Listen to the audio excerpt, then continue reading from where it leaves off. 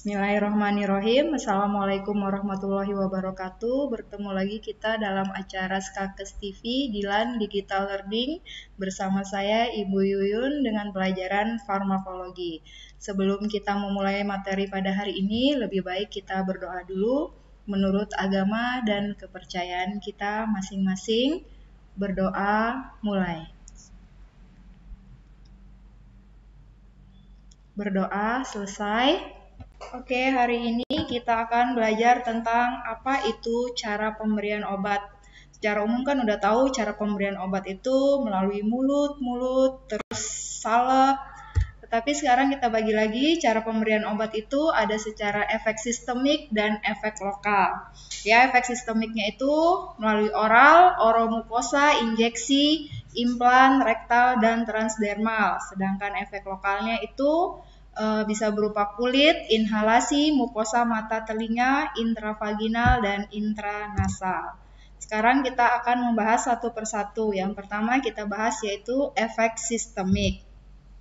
Yang pertama itu oral. Oral ini secara umum udah banyak yang tahu ya, pemberian obat secara oral yaitu obat yang diberikan melalui mulut.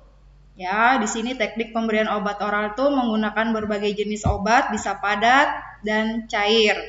Kalau oral ini keuntungannya itu lebih praktis, mudah digunakan, tidak perlu tenaga kesehatan. Kerugiannya itu dia tidak dapat digunakan untuk obat yang bereaksi atau merangsang asam lambung. Yang kedua ada oromukosa. Oromukosa terbagi menjadi dua, yaitu sublingual dan bukal. Sublingual itu obat yang ditaruh di bawah lidah. Ya, absorpsinya tidak adekuat, kepatuhan pasiennya kurang, untuk kekurangannya membutuhkan kontrol pasien, tidak menelan. Ya, kalau menggunakan obat secara sublingual ini dia efeknya lebih cepat karena di bawah lidah kita itu banyak pembuluh darah.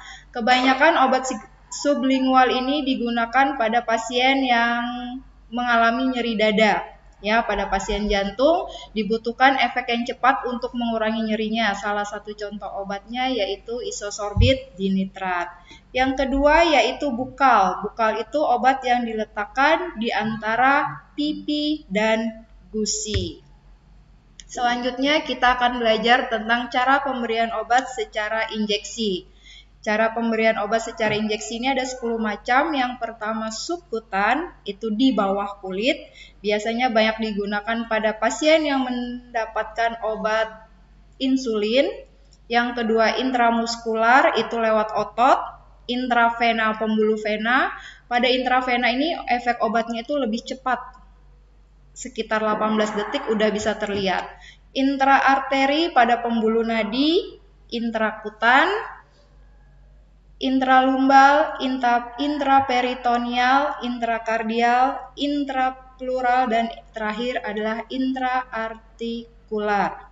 Ya, keuntungan pemberian secara injeksi ini efek obatnya tuh lebih cepat. Ya, bisa diberikan pada pasien yang pingsan atau tidak sadarkan diri.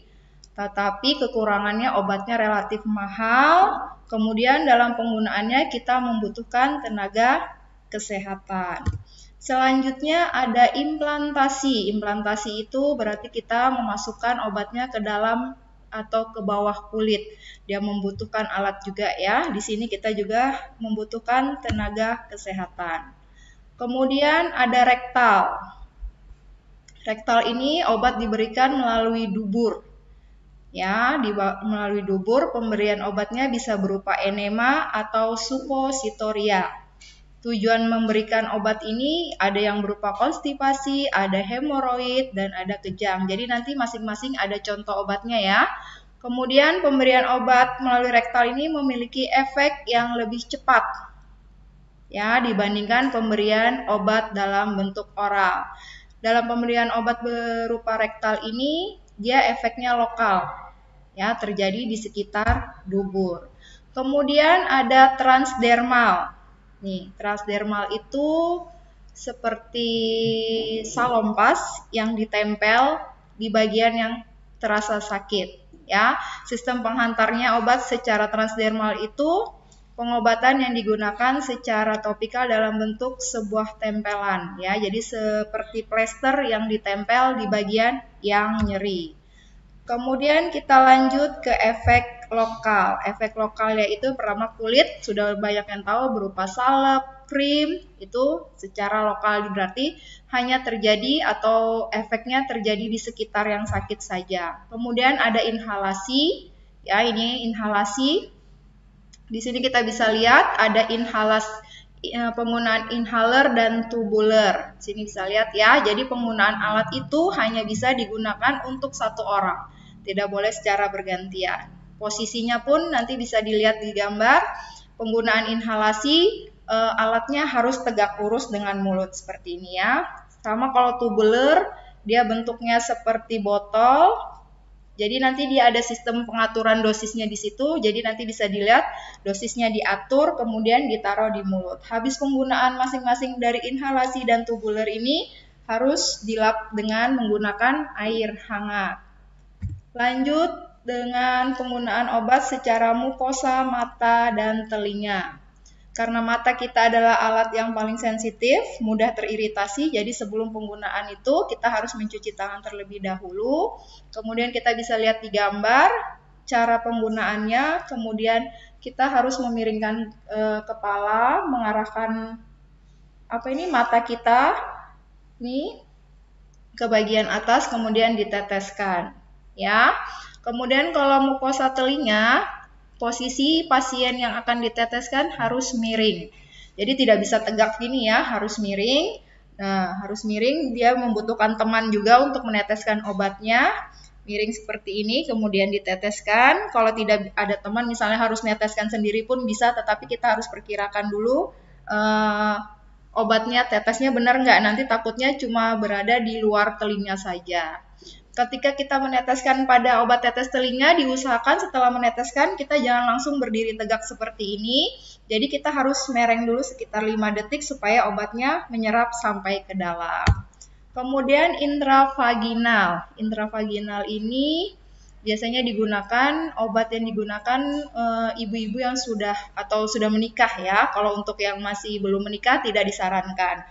Ya, jadi dia memasukkan obat ke dalam vagina, nanti ada nih obatnya biasanya berbentuk seperti peluru pipih gitu, nanti dimasukkan, ada yang menggunakan alat, dan juga bisa menggunakan jari tangan. Nanti ada batasannya, dimasukkan ke dalam intravagina. Kemudian intranasal, ini untuk hidung ya, jadi dia disemprotkan, nanti ini lihat seperti ini, disemprotkan ke dalam hidung.